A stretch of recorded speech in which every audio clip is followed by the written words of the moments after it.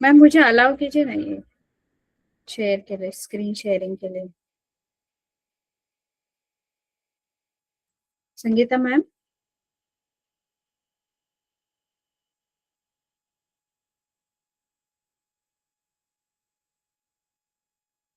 Sangeeta ma'am,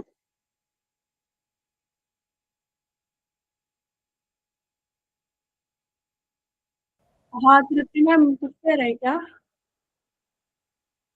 sharing के लिए allow कीजिए ना मैम। अच्छा हाँ। हाँ ठीक है वो।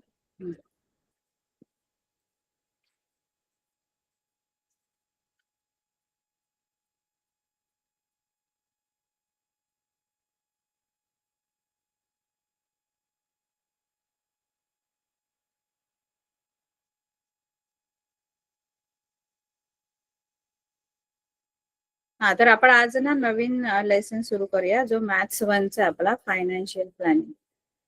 त्याच्यामध्ये आपण फायनान्शियल प्लॅनिंग घेऊया. ठीक आहे.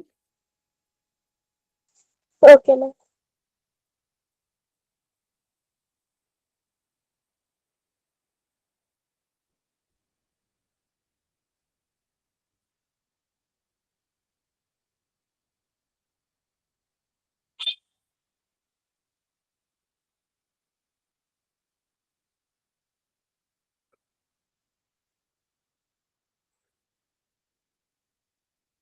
फायनान्शियल प्लॅनिंग मध्ये आपल्याला आय थिंक याच्याबद्दल इन्कम टॅक्स आणि हे सगळं आहे. ठीक आहे.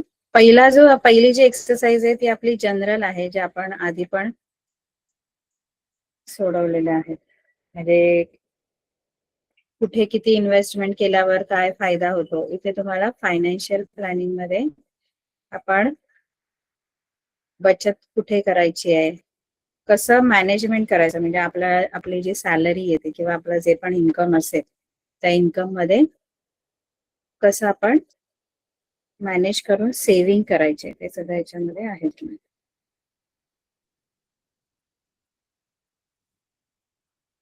फायनान्शियल प्लॅनिंग म्हणजे इथे डेफिनेशन दिलेली आहे फायनान्शियल प्लॅनिंगची. Every investor first spends the amount required to meet primary necessities and saves the remaining amount. म्हणजे ज्या आपल्या प्रायमरी नेसेसिटीज आहेत, म्हणजे प्राथमिक गरजा आहेत, त्या गरजांसाठी आधी आपण काही पैसे स्पेंड करतो, ते तर खर्च करावेच लागतील. बरोबर आहे. कोणताही इन्व्हेस्टर जो आहे, इन्व्हेस्टर म्हणजे काय, तर जो मनी इन्व्हेस्ट करतो किंवा सेव्हिंग करतो त्याला आपण इन्व्हेस्टर असं म्हणतो. आवाज येतोय माझा? स्क्रीन दिसते सर्वांना? तर प्रायमरी नेसेसिटीज मीट झाल्यानंतर, मीट म्हणजे पूर्ण झाल्यानंतर तो काय करतो, सेव्ह द रिमेनिंग अमाऊंट, उरलेली जी अमाऊंट आहे ती सेव्ह करतो. One also uses this saving to make a carefully considered investment. आता नुसतं सेव्हिंग करून पण उपयोग नाही, जे पण तुम्ही सेव्ह करताना अमाऊंट ती प्रॉपरली इन्व्हेस्ट पण करता आली पाहिजे आपल्याला.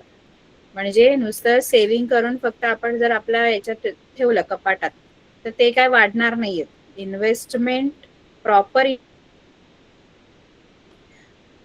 बघा, म्हणजे आता आजकाल खूप लोक एखादं हे असतं शेअर्स मध्ये, किंवा आपण सेफ काय असतं तर LIC ची कोणती पॉलिसी काढली किंवा हा FD मध्ये RD काढतात है ना, किंवा बँकांचे पण FD RDs असतात, त्यानंतर पोस्टाचे पण असतात है ना, त्यानंतर नॅशनल सेव्हिंग सर्टिफिकेट आहे जे गव्हर्नमेंटचं आहे, ते टॅक्स बेनिफिट साठी ते पण असतं. त्याच्यानंतर तुम्ही शेअर्स मध्ये खूप लोक इन्व्हेस्ट करतात आजकाल, पण ते त्याच्यात थोडं रिस्क असतं, म्हणजे तुम्हाला त्याच्यामधून फायदा झाला तर खूप असतो किंवा लॉस पण खूप असू शकतो. मग ते थोडं केअरफुली इन्व्हेस्ट करायचं. आता मध्ये सिस्टमॅटिक इन्व्हेस्टमेंट प्लॅन पण इंट्रोड्यूस झालेले, म्हणजे SIPs वेगवेगळ्या इंट्रोड्यूस झालेल्या होत्या. म्हणजे आपण फक्त पैसे भरायचे, बाकी ती जी कंपनी असते ती जिथे त्यांना असं वाटतं की इन्व्हेस्ट करावं, म्हणजे आपल्याला सेफली आपले पैसे सेफ असतात, आपल्याला कुठेही लॉसचं हे नसतं. लॉस झाली तरी ती कंपनी लॉस होऊ शकते, आपण फक्त तिथे इन्व्हेस्ट करायचे पैसे, बाकी आपण फक्त पैसे भरायचे, ते इन्व्हेस्ट करायचं काम ती कंपनी करते. आणि मग जो फायदा आहे त्यांचा ठरलेला आहे ते पैसे आपल्याला मिळतात. मग याच्या वाढते. आता आपण जर फक्त कपाटात ठेवले, दर महिन्याला मी 500 रुपये सेव्हिंग करते, तर ते 500चे 500च राहणार जर आपण कपाटात ठेवले तर. ते जर तुम्ही एखाद्या बँकेमध्ये ठेवले किंवा पोस्टात ठेवले दर महिन्याला 500 असं आरडी केली किंवा एफडी केली, तर त्याच्यावर आपल्याला इंटरेस्ट पण मिळतो. म्हणजे आपण जे पण आपली जी सेव्हिंग आहे ती वाढवतो आपण अशा अशा इन्व्हेस्टमेंट. ठीक आहे. पण केअरफुली इन्व्हेस्ट करायचे. ते जी आपली सेव्हिंग आहे ना ती केअरफुली इन्व्हेस्ट करायची. आणि या सगळ्यालाच आपण काय म्हणतो, this is called the financial planning. म्हणजे आपल्या जर नेसेसिटीज सगळ्या पूर्ण झाल्यानंतर आपण काही अमाऊंट सेव्ह करतो आणि ती जी सेव्हिंग आहे ती केअरफुली आपण जेव्हा इन्व्हेस्ट करतो, त्या आपल्या बचतीचं आपण जेव्हा गुंतवणूक करतो, काळजीपूर्वक जेव्हा गुंतवणूक केली जाते एखाद्या ठिकाणी, आणि त्याच्यामुळे आपली जी वेल्थ आहे म्हणजे संपत्ती आहे ती ग्रो होते. आपल्याकडचं जे जे पण आपल्याकडे संपत्ती आहे, वेल्थ आहे, ते ग्रो वाढतं. ठीक आहे. आता हे कशासाठी करायचं असतं फायनान्शियल प्लॅनिंग? तर फायनान्शियल प्लॅनिंग करणं का गरजेचं आहे? कारण financial planning is useful for making provisions. Provision म्हणजे तरतूद करून ठेवतो आपण. म्हणजे आपण जे आर्थिक हे जे आपण प्लॅनिंग करतो, आर्थिक काय आहे आपलं मराठीमध्ये, आर्थिक अर्थनियोजन. हा, अर्थनियोजन जे आपण करतो ती एक तरतूद असते, एक प्रोव्हिजन असतं. कशासाठी आपण ती करतो? तर आपल्या आयुष्यामध्ये खूप सारे असे प्रेडिक्टेबल आणि अनप्रेडिक्टेबल एक्सपेन्सेस असतात.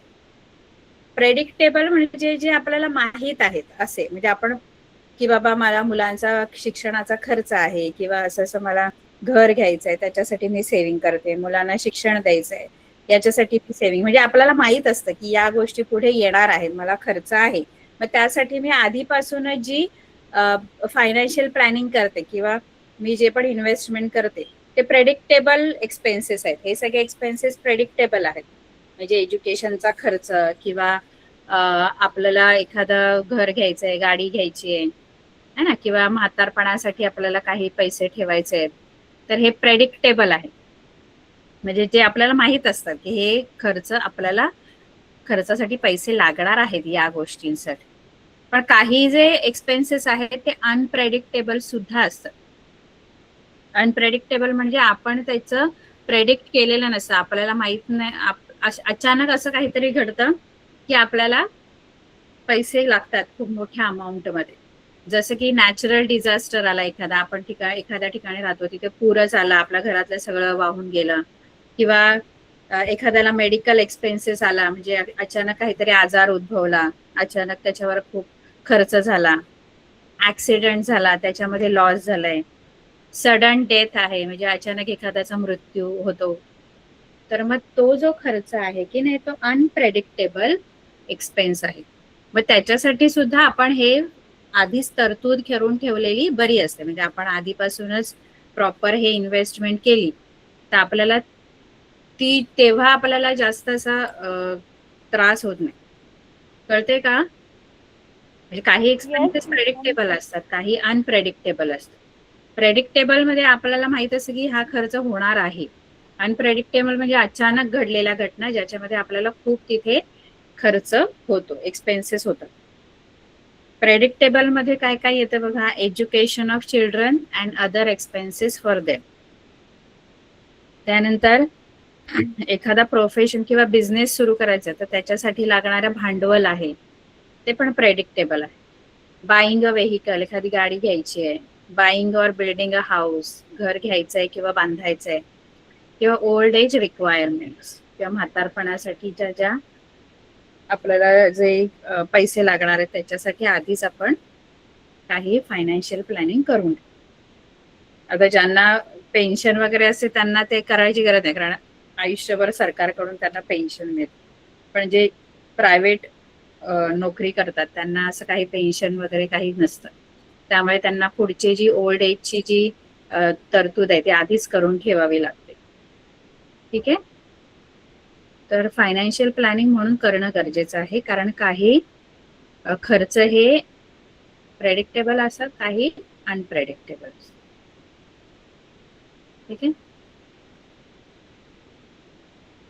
कुठे येस मॅम. तुम्ही कुठे कुठे तुम्ही जर सेव्हिंग करू शकता ते तुम्हाला इथे दिलेलं आहे सेव्हिंग्स मध्ये. It is for our own benefit to keep our saving safe and to make them grow. आपली सेव्हिंग सेफ असली पाहिजे आणि ती वाढली पण पाहिजे. नुसती सेफ नाही, नुसती तिजोरीमध्ये ठेवून उपयोग नाही, तर ती ग्रो पण झाली पाहिजे. ते तिजोरीमध्ये ठेवून ग्रो नाही होणार, तुम्ही प्रॉपरली कुठेतरी इन्व्हेस्टमेंट केली तर ते ग्रो होणार. Our savings remain safe in bank और in post office. Money saved in a bank is also useful for cash minus transaction. म्हणजे कॅशलेस ट्रान्झॅक्शन तुम्ही करू शकता बँकेत पैसे असेल तर, है ना. म्हणजे आपल्या बँकेत जर पैसे आहेत तर आपण कॅशलेस ट्रान्झॅक्शन करू शकतो बघा. म्हणजे आपल्याला सगळीकडे कुठे कॅश घेऊन फिरायची गरज नसते. म्हणजे आपण मोबाईल, आजकाल तर असे ट्रान्झॅक्शनच करतात लोक, कॅश तर कोणाकडे फार दिसतच नाही आजकाल, माहिती आहे ना. मोबाईल टू मोबाईल, आता तर UPI सगळं आलेलं आहे, त्यामुळे फार असं कुठे आपल्याला कॅश घेऊन फिरावं लागत नाही, त्यामुळे ते चोरी होण्याचा पण प्रश्न नसतो.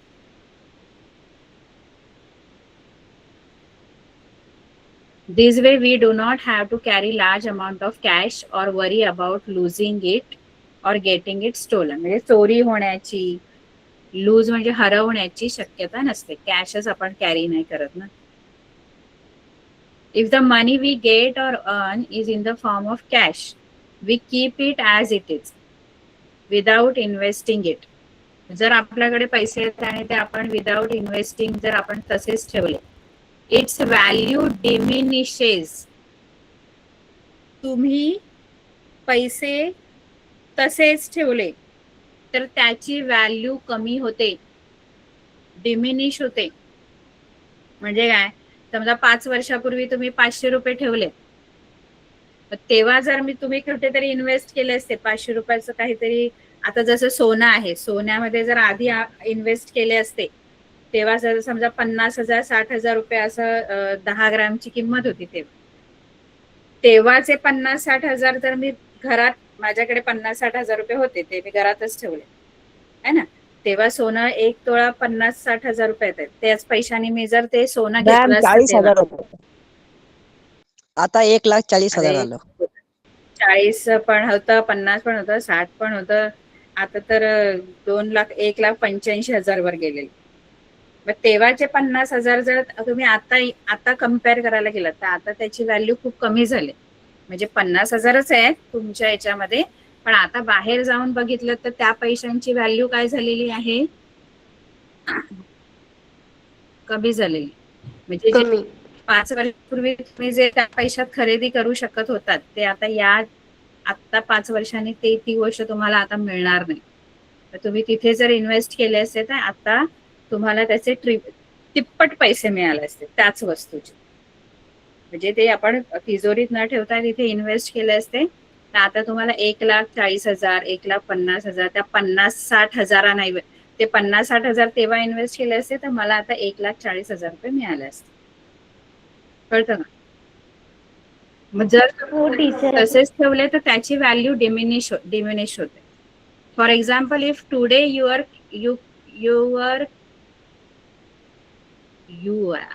you can buy 2 pencils for 10 rupees. आज जर आपण 10 रुपयात 2 पेन्सिल घेतोय, पुढे काही वर्षानंतर, फ्यू इयर्स हेन्स, 10 वर्षानंतर फ्यू इयर्स म्हणजे काही वर्षांनी, you may be able to buy only 1 for that amount. पुढे काही वर्षांनी असं होईल की 10 रुपयात किती पेन्सिल मिळतील, फक्त एकच. आम्ही जेव्हा आम्ही लहान होतो तेव्हा 50 पैशाला 1 पाव असायचा, पाव. 50 पैसे 1 रुपया पाव. आता तेव्हा मग 18 रुपयात किती पाव मिळाले असते आम्हाला, 18. समजा 1 रुपया किंमत असते पावाची त्यावेळेला, आम्ही लहान होतो तेव्हा. पण आता 18 रुपयाला फक्त 6च पाव मिळतात. म्हणजे तिपटीने किंमत वाढली. तेव्हा 6 रुपयात 6 मिळायचे, आता 18 रुपयात 6 मिळतात. म्हणजे तिप्पट वाढली ना किंमत. म्हणजे पैशाची किंमत कमी झाली. कळलं का? हो टीचर. इथे आपल्याला दिले की सेव्हिंग का इम्पॉर्टंट आहे, सेव्हिंग करणं का महत्वाचं आहे. त्यानंतर त्यांनी असं दिलंय की if the amount invested is used for expanding a business. समजा एखादी आपल्याकडे रक्कम आहे चांगली 4-5 लाख रुपये, तर एखादा बिझनेस आपण सुरू केला किंवा एखादी इंडस्ट्री स्टार्ट केली किंवा असंच काहीतरी वेगळ्या पर्पजसाठी आपण ते पैसे वापरले, तर त्याचा आणखी फायदा आपला नॅशनल प्रोडक्शन मध्ये पण होतो. म्हणजे आपलं जे राष्ट्रीय उत्पन्न आहे ते सुद्धा वाढतं. कळतं का? राष्ट्राचं पण त्याच्यामध्ये प्रगती आहे. जर आपण एखादा बिझनेस किंवा इंडस्ट्रीज, इनडायरेक्टली आपला पण फायदा असतो आणि देशाचा पण फायदा असतो आपला. त्यानंतर दिलंय आपला if some part of the income is spend for socially useful cause, everyone benefits from it in the long run. म्हणजे आता आपली जशी एनजीओ चालते, आता एनजीओ आपली जी चालते ती काही लोकांनी त्यांच्या इन्कम मधला काही पार्ट जो आहे तो सोशल कॉज साठी वापरलेला, म्हणजे समाजासाठी, समाजाच्या अशा खूप साऱ्या एनजीओ काम करतात. मग त्याच्यामुळे काय होतं, म्हणजे काही लोक आपल्या सेव्हिंग मधून एक ठराविक रक्कम जी आहे ती अशा सोशल कॉजेस साठी सुद्धा देतात. मग त्याच्यामुळे त्याचा फायदा everyone benefits from it in the long run, म्हणजे फार काळासाठी तो फायदा प्रत्येकाला मिळू शकतो. बरोबर? Yes ma'am. आणि बराच काही लिमिट आपण आपल्या लक्झरीज पण आपण हे करू शकतो. नेसेसिटीज पूर्ण झाल्यानंतर, आफ्टर स्पेंडिंग ऑन नेसेसिटीज, म्हणजे प्राथमिक गरजा पूर्ण झाल्यानंतर, it is beneficial to limit spending on luxuries.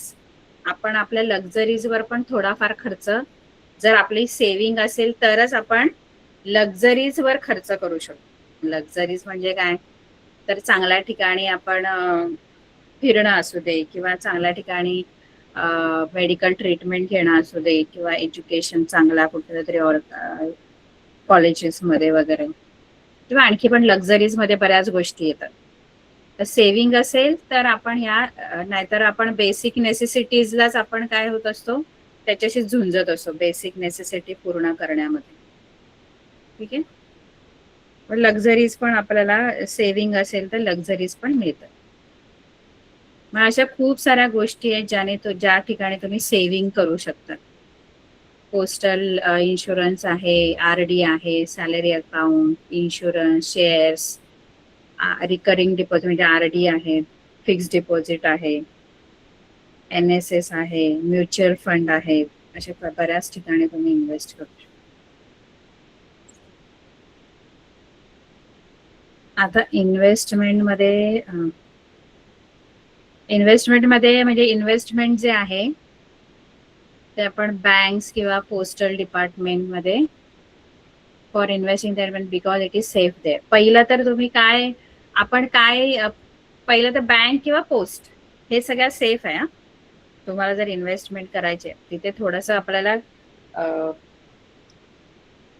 कमी पैसे मिळतात काहीतरी, म्हणजे एक्स्ट्राचे पैसे काहीतरी इंटरेस्ट आपल्याला मिळतो. खूप रिस्क कुठे आहे, शेअर्स मध्ये जास्त रिस्क आहे. There is a certain risk in investing money in shares and mutual funds, है ना? That is because these money is invested in a business or industry, and if that incurs a loss, the investor suffers the loss too. म्हणजे काय, shares माहित आहे ना, shares म्हणजे आपण एखाद्या कंपनीचे शेअर्स घेतो.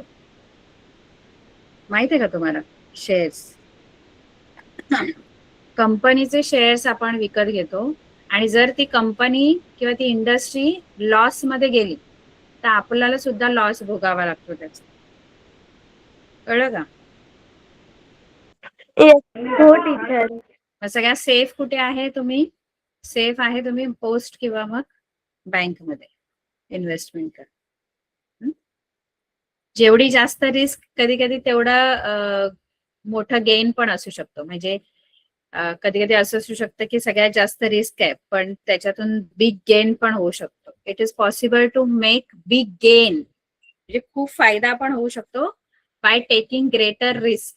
जेवढी जास्त रिस्क तेवढं इन्कम म्हणजे कमाई पण जास्त असू शकते. असं पण असतं. आता खूप लोकांना ज्यांना त्याचा अभ्यास आहे शेअर्सचा वगैरे, ती लोक अशा रिस्क घेतात. एखाद्या वेळेला त्यांना लॉस पण होतो पण बऱ्याच वेळेला गेनच होतं, म्हणजे फायदाच होतो, प्रॉफिट. ठीक आहे. येस ठीक आहे. मॅम. आता पहिली एक्सरसाइज जी आहे ती खूप सोपी आहे. हा फॉर्म्युला आपल्याला कंपाऊंड इंटरेस्टचा तुम्हाला माहित आहे ना, सिंपल इंटरेस्ट कंपाऊंड इंटरेस्टचा फॉर्म्युला.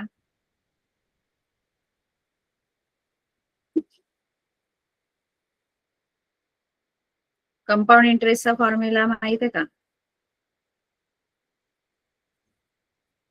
No ma'am. नाही. विसरून गेलो teacher. A minus P ma'am.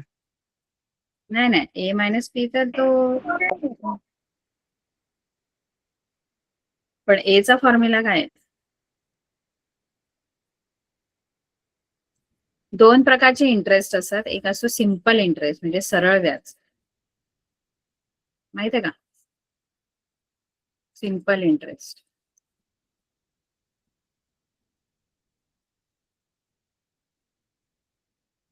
Simple interest म्हणजे सरळ व्याज. सरळ व्याज जो असतं ते आपला मुद्दलीवरच व्याज असतो. चक्रवाढ व्याज जो असतो तो व्याजावर व्याज असतो. म्हणजे व्याज जो येईल ना एका वर्षाचा त्याच्यावर पण इंटरेस्ट बसवला जातो. तसं सिंपल इंटरेस्ट मध्ये नसतं. सिंपल इंटरेस्ट मध्ये जर मी 1000 रुपये मी घेतलेत कोणाकडून, तर हजारावरच दरवर्षी हजारावरच जेव्हा इंटरेस्ट मला भरावा लागतो तेव्हा तो सरळ व्याज आहे.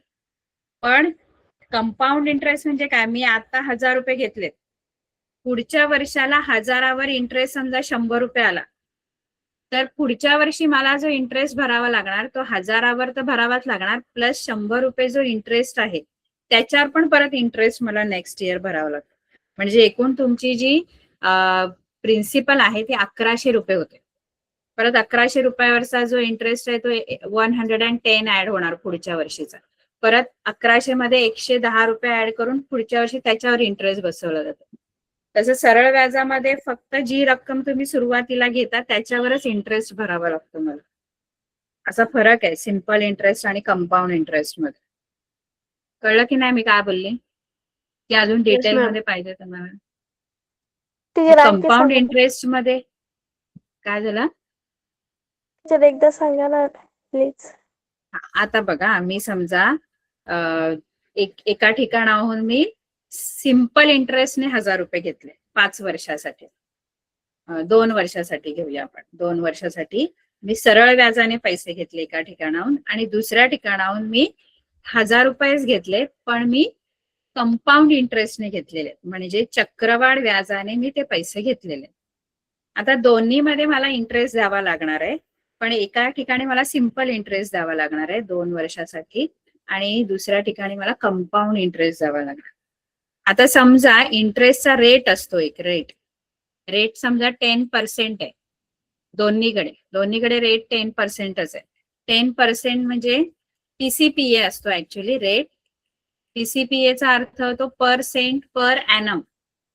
पर सेंट पर ॲनम म्हणजे 100 रुपयावर, पर्सेंट म्हणजे 100, पर ॲनम म्हणजे 1 वर्षासाठी 10 रुपये तुम्हाला इंटरेस्ट भरावा लागणार 100वर. पीसीपीएचा अर्थ कळला पाहिजे. पीसीपीएचा अर्थ होतो दशे, म्हणजे दर साल दर शेकडा, म्हणजे दर 100 रुपयावर एका वर्षासाठी, साल म्हणजे वर्ष, एका वर्षासाठी तुम्हाला 10 रुपये व्याज. म्हणजे मी जर 100 रुपये घेतले तर त्याच्यावर मला 10 रुपये एक वर्षाने मला 10 रुपये व्याज द्यावा लागेल. 100वर 10 रुपये एका वर्षासाठी. आता समजा मी 1000 रुपये घेतले तर 1000वर मला एक वर्षाचा किती व्याज भरावा लागेल या रेटने? 100. 100वर 10, 100 रुपये, बरोबर. आता 100 रुपये मला पहिल्या वर्षी इंटरेस्ट आलाय, बरोबर आहे, फर्स्ट इयर, पहिल्या वर्षी.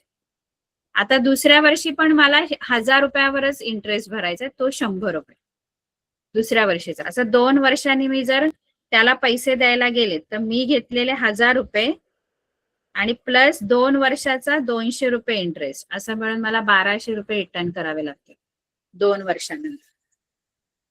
कळते की नाही?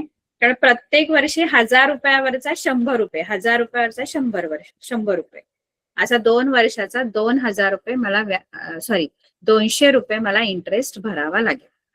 आणि प्लस 1000 रुपये जे घेतले होते ते, ही 1200 जी आहे ना ती रास असते, अमाऊंट असते, म्हणजे टोटल व्हॅल्यू जी मला रिटर्न करायची. हे कळलं एवढं? हे सिम्पल इंटरेस्ट आहे. 2 वर्षासाठी हो मॅम, कळलं 1000 आम्हाला. रुपये घेतले. हो मॅम, 2 कळलं आम्हाला. वर्षासाठी मी हो मॅम, कळतंय. 2 वर्षासाठी 1000 रुपीज घेतलेले आहेत. दरवर्षी 100 सेम इंटरेस्ट येणार तुम्हाला, कारण तुम्हाला जो इंटरेस्ट बसणार तो याच व्हॅल्यूवर बसणार आहे, 1000 वरच बसणार. कंपाऊंड इंटरेस्ट मध्ये तसं नसतं.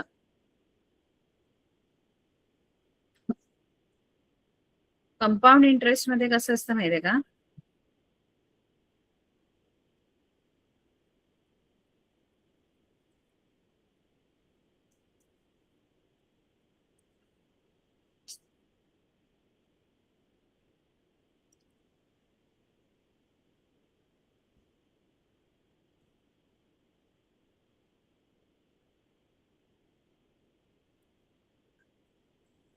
कंपाऊंड इंटरेस्ट मध्ये तुम्ही 1000 रुपये घेतलेत समजा आणि रेट सेम आहे 10%, बरोबर आहे.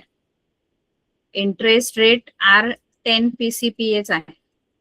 आता पहिल्या वर्षी 1000वर इंटरेस्ट बसणार, 1000वर पहिल्या वर्षी 100 रुपये इंटरेस्ट बसणार, बरोबर आहे, पहिल्या वर्षी. आता दुसऱ्या वर्षी ती लोक जेव्हा इंटरेस्ट लावणार ना तेव्हा आपल्याला 1000वरती इंटरेस्ट नाही लावणार. ते लोक हा प्रिन्सिपल आणि प्लस आधीच्या वर्षीचा जो इंटरेस्ट आहे त्या दोघांवर मिळून मला इंटरेस्ट भरावा लागेल. म्हणजे 1000वर तर भरावाच लागेल, प्लस आधीच्याचा जो इंटरेस्ट आहे आधीच्या वर्षीचा 100 रुपये, त्याच्यावर पण इंटरेस्ट मला भरावा लागेल. म्हणजे मला टोटल इथे 10 PCPA प्रमाणे मला इथे 110 रुपये इंटरेस्ट भरावा लागेल. नाही कळलं? म्हणजे इथे कसं होतं, इथे पुढच्या वर्षीला पण 1000च प्रिन्सिपल पकडतात. सिंपल इंटरेस्ट मध्ये प्रिन्सिपल कॉन्स्टंट राहतं, प्रिन्सिपल बदलत नाही. म्हणजे तुम्ही पहिल्या वर्षी पण 1000वरच इंटरेस्ट बसणार, दुसऱ्या वर्षी पण 1000वरच. 5 वर्षासाठी जरी घेतले पैसे तरी तिसऱ्या वर्षी पण 1000वरच इंटरेस्ट बसणार.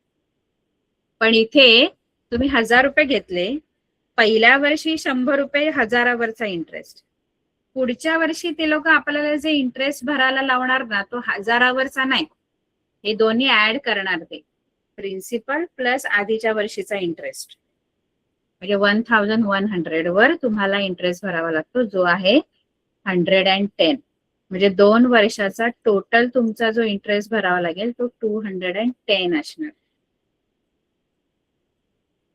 इथे फक्त 200 रुपये, ते पण 2 वर्षासाठी आहे म्हणून. जर तुम्ही 5 वर्षासाठी गेले तर अजून तो वाढत जातो, कारण आधीचा पहिल्या वर्षापासूनच्या इंटरेस्टवर इंटरेस्ट पहिल्या वर्षी, म्हणजे 5व्या वर्षी तुम्ही ना 5व्या वर्षी पहिल्या वर्षीचा इंटरेस्ट, दुसऱ्या वर्षीचा इंटरेस्ट, तिसऱ्या वर्षीचा इंटरेस्ट, चौथ्या वर्षाचा इंटरेस्ट, या सगळ्या वर्षांच्या इंटरेस्टवर पण परत इंटरेस्ट भरायला लागतो तुम्हाला. नाही कळलं? कळलं मॅम. कळालं मॅम. कंपाऊंड इंटरेस्टने आपल्याला, आपण जे होम लोन वगैरे घेतो ना, होम लोन, हो हो, ते 20 वर्षासाठीच असतात आणि ते कंपाऊंड इंटरेस्टने आपल्याला तो इंटरेस्ट भरावा लागतो. त्यामुळे मी जर 5 लाख रुपये घेते ना तर त्याचे 20 लाख मला भरायला लागतात. जवळजवळ दुप्पट तिप्पट अमाऊंट मला भरायला लागते. कळलं का? कारण तुम्ही ते जास्त वर्षासाठी पण घेता आणि प्लस तुम्हाला ते कंपाऊंड इंटरेस्टने देतात. जो पण तुम्हाला लोन दिला जातो ना घरासाठी किंवा तुम्हाला गाडीसाठी जो दिला जातो, म्हणून लोकांना खूप तसं नुकसान आणि पण आपल्याकडे पैसेच नसतात त्यामुळे आपल्याला लोन घेणं पण हेच असतं. बँका जो आपल्याला लोन देतात की नाही कर्ज तो शक्यतो कंपाऊंड इंटरेस्टने दिला जातो. ठीक आहे फरक. मग या दोघांसाठी फॉर्म्युलाज वेगवेगळे आहेत. सिंपल इंटरेस्टचा जो फॉर्म्युला आहे तो हा साधा आहे. आय डायरेक्ट इंटरेस्टचाच फॉर्म्युला आहे. पी इंटू हा सिंपल इंटरेस्टचा फॉर्म्युला. हा आय म्हणजे सिंपल इंटरेस्टच आहे. आणि कंपाऊंड इंटरेस्ट साठी आयचा फॉर्म्युला नाही एचा आहे, अमाऊंटचा आहे, जो लास्टला मिळते ना अमाऊंट त्याचा. या फॉर्म्युलाने अमाऊंट काढायची. इथे टी आहे. टी म्हणजे काय? इथे आय म्हणजे इंटरेस्ट असतो, टी म्हणजे प्रिन्सिपल असतं, आर म्हणजे रेट ऑफ इंटरेस्ट आहे आणि टी म्हणजे टाइम पिरियड म्हणजे किती वर्षासाठी तुम्ही ते पैसे घेताय किंवा भरताय ते. हे कंपाऊंड इंटरेस्ट साठी हा फॉर्म्युला आहे. याच्यावरून इंटरेस्ट पाहिजे तर अमाऊंट मधून प्रिन्सिपल मायनस करायचं मग इंटरेस्ट. हा इंटरेस्टचा फॉर्म्युला नाही, हा अमाऊंटचा आहे. सिंपल इंटरेस्टचा डायरेक्ट इंटरेस्टचाच फॉर्म्युला आहे, हा आयचाच फॉर्म्युला आहे. तसा हा ए चा आधी वापरायचा, मग ए मिळाला की ए मधून पी प्रिन्सिपल मायनस केला की आय मिळते. कळते की नाही? Yes ma'am. Yes ma'am. हो मॅम कळालं आम्हाला.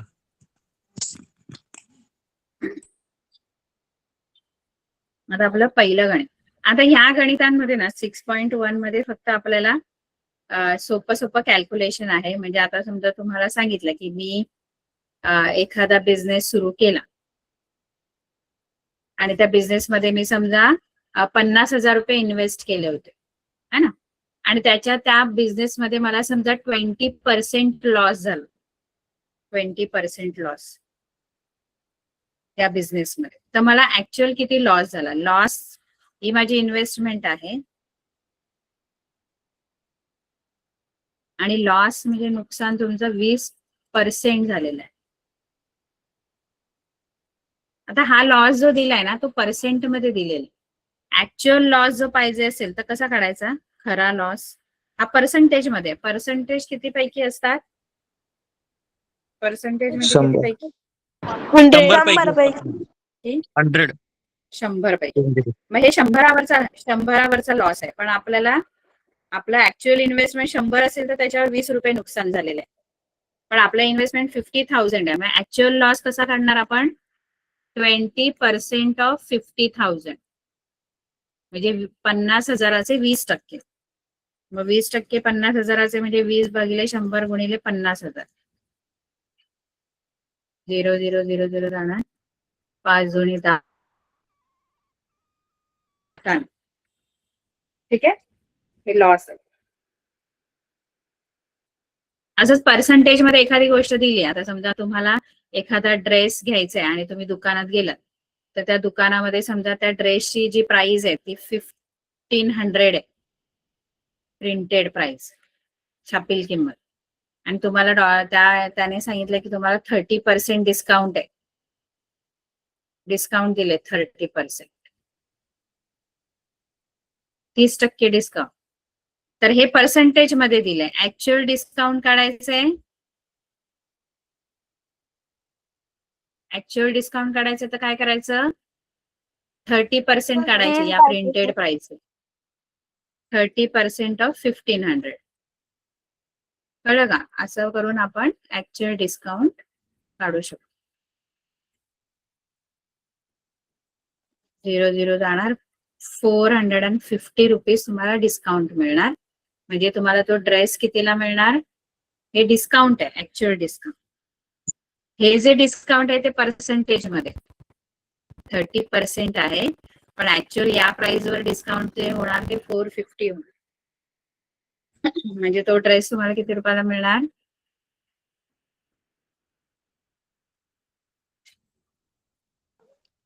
450 रुपीज. 450 ला मिळणार. 1050. No, ma'am. 1050 rupees. 1050. 1000. कारण ही 450 आहे ना, ही डिस्काउंट आहे. डिस्काउंट काय होणार आहे, तुमच्या प्राइस मधून, प्रिंटेड प्राइस मधून कमी होणार. हे डिस्काउंट आहे.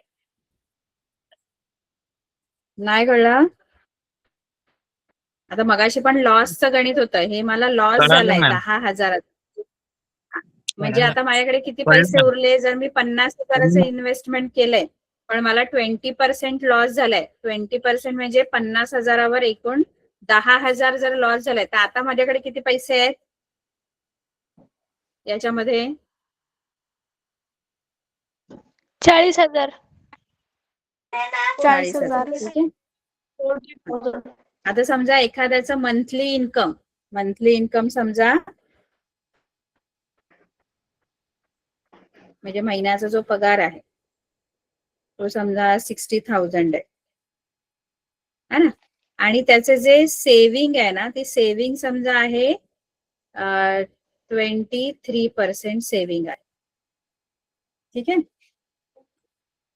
मग त्याचा खर्च किती, मग त्याचा एक्सपेंडिचर किती, कसं काढणार आहे?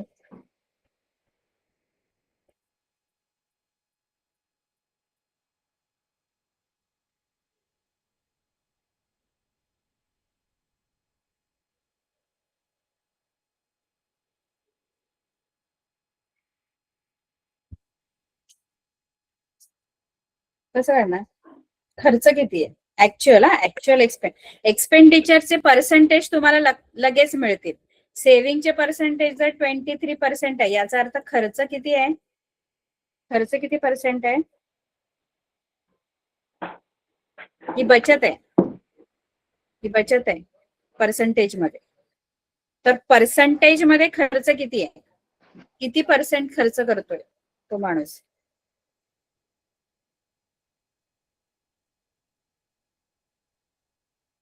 पर्सेंटेज मध्ये काढा. ऍक्च्युअल आपण काढायचंय, आधी पर्सेंटेज कळू दे किती खर्च आहे. बघा ना, सेव्हिंग एवढी आहे ना 23%. पर्सेंट म्हणजे किती पैकी? 100 पैकी. पर्सेंट म्हणजे किती पैकी? 100 पैकी. मग ही 100 पैकी 23 रुपये म्हणजे सेव्हिंग आहे, याचा अर्थ खर्च किती आहे?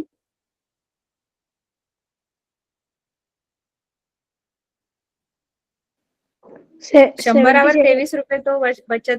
हा, किती? 77%. आता ऍक्च्युअल खर्च जर तुम्हाला काढायचंय, ऍक्च्युअल एक्सपेंडिचर जर काढायचंय, तर कसा काढणार? हा पर्सेंटेज मधला खर्च आहे, आणि खरा खर्च या इन्कम वर जर काढायचंय तर कसा काढणार? 77% ऑफ 60,000. बरोबर आहे? येस. नाही, हे हो खर्च मॅम. ऍक्च्युअल किती खर्च तो करतो, कळते की नाही हे? हो करताय मॅम. 2 मिनिटात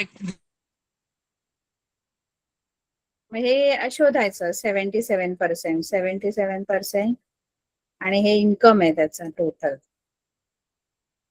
0,000,077 इंटू 600, आणि हे मल्टिप्लाय करून जे आन्सर येईल ते खर्च आहे. आणि जर सेव्हिंग काढायची आहे तर कशी काढणार? ऍक्च्युअल सेव्हिंग, बचत काढायची आहे तर कशी काढणार? सेव्हिंगचे पर्सेंटेज दिले, पण ऍक्च्युअल सेव्हिंग जर काढायचे तर कशी काढणार?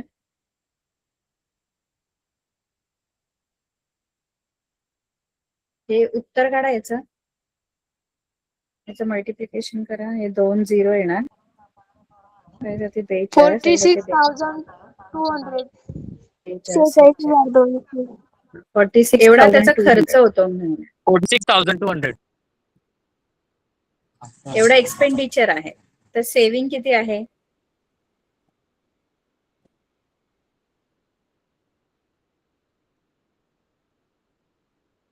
काय करायचं सेव्हिंग काढायला?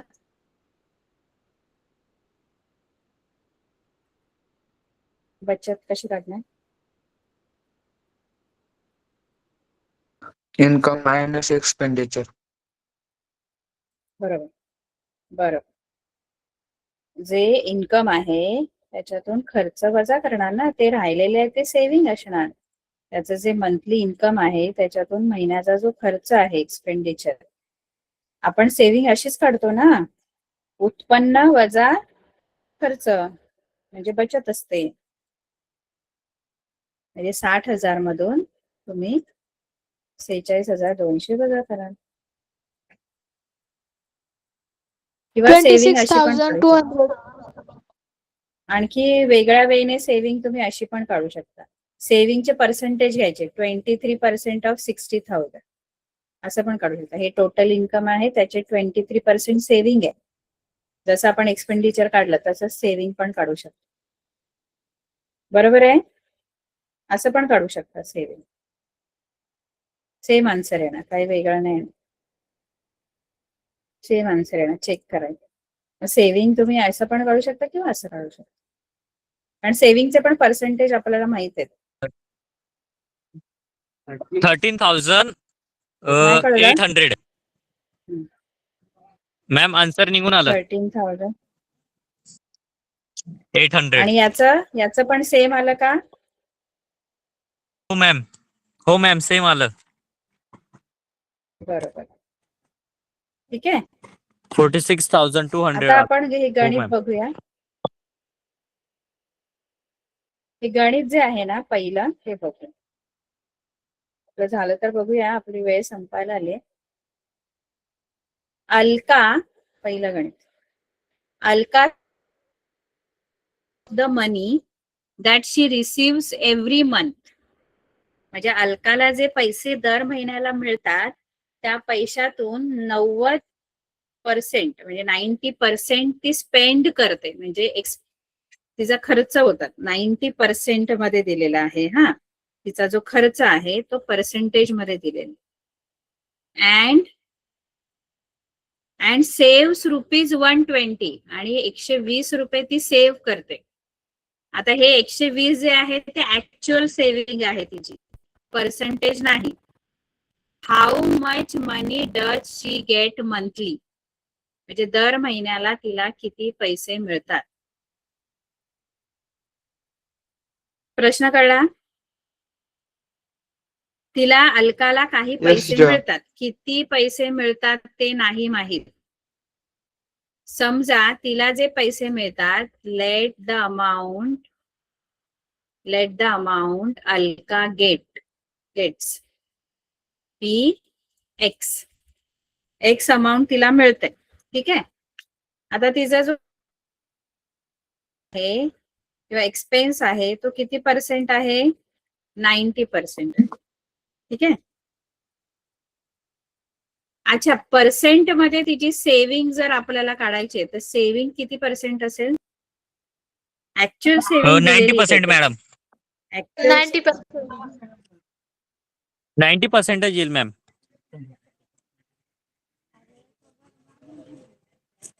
एक्सपेन्स जर 90% आहे तर सेव्हिंग किती पर्सेंट असेल? 10%. किती? 10%. 10% मॅम. एक्सपेन्स म्हणजे खर्च. हो. पर्सेंट म्हणजे काय तर 100वर 90 रुपये जर ती खर्च करते.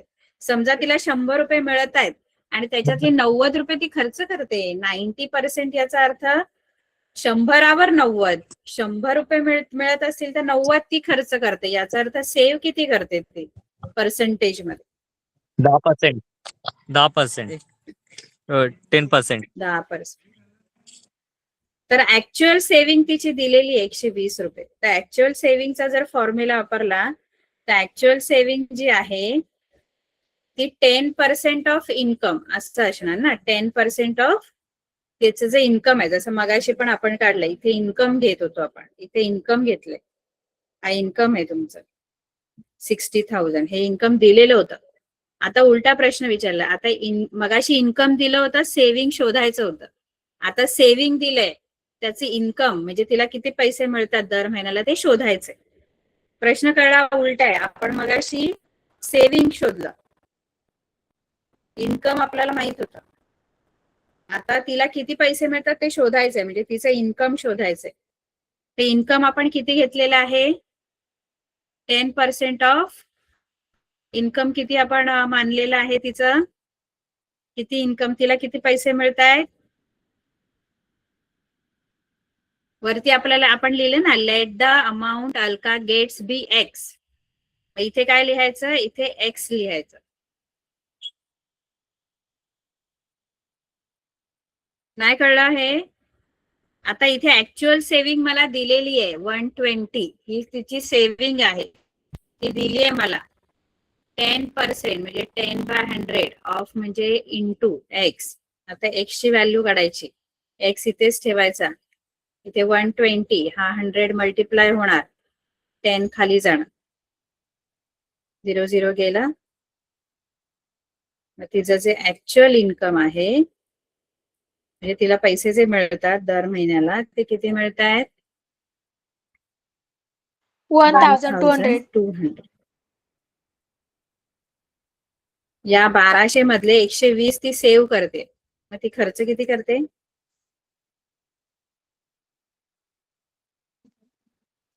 एक्सपेंडिचर काय आहे तिचं? 1080 rupees. 1080 रुपये. 1080 रुपीज.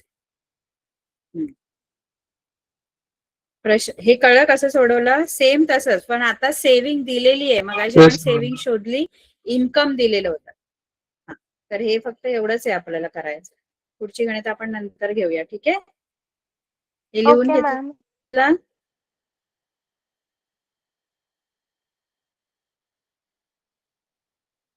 ठीक आहे. लिहायचंय तुम्हाला? नो मॅम, स्क्रीनशॉट घेतला. ठीक आहे. हो. ना ते स्क्रीनशॉट बाय. करून दे. Good night. Bye teacher, good night. Thank you. Teacher दुसरा Thank you, क्लास teacher. आहे का?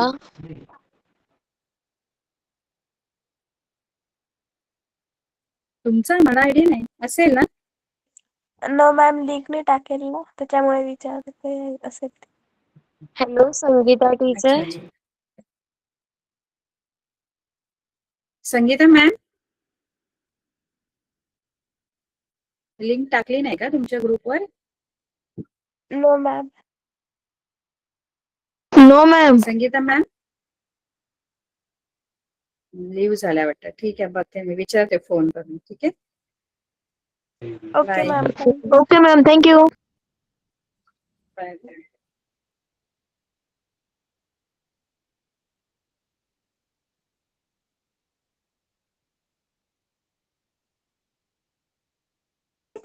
Hello ma'am.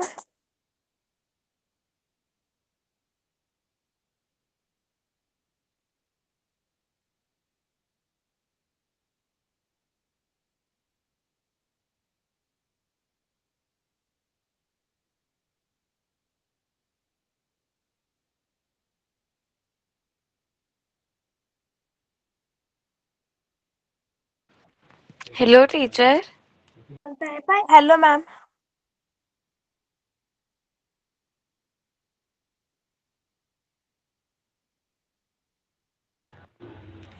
टीचर क्या आप क्लासरूम में है अभी?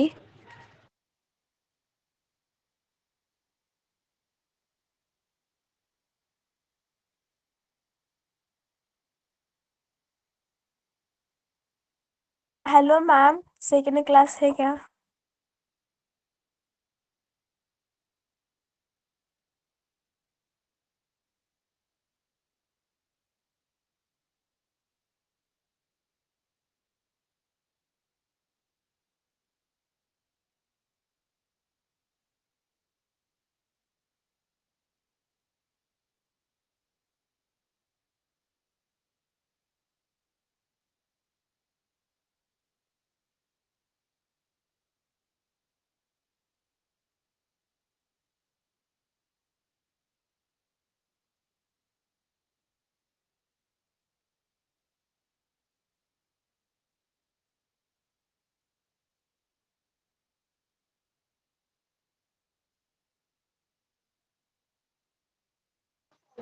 मैम क्लास है क्या नहीं?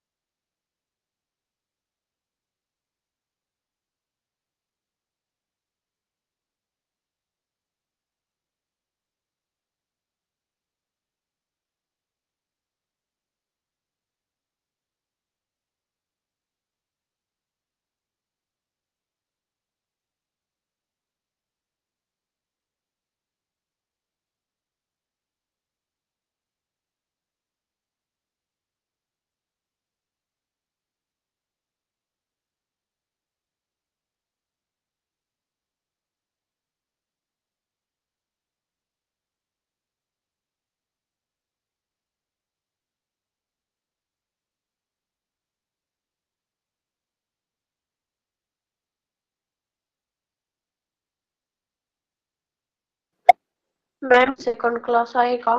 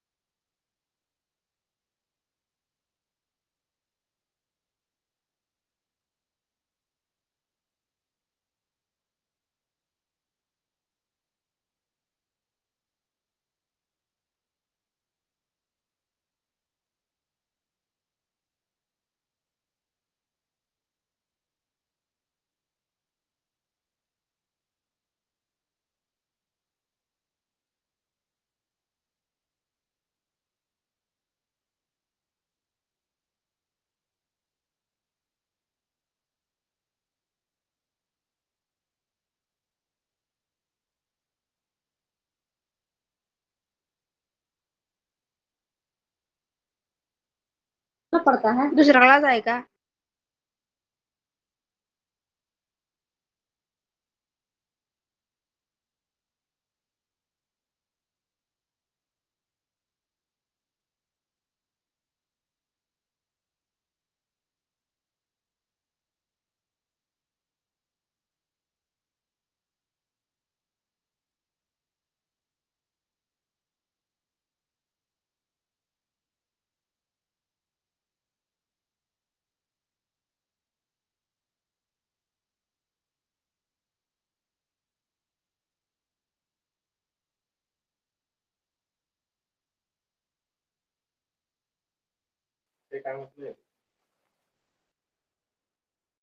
क्लास आहे का आज?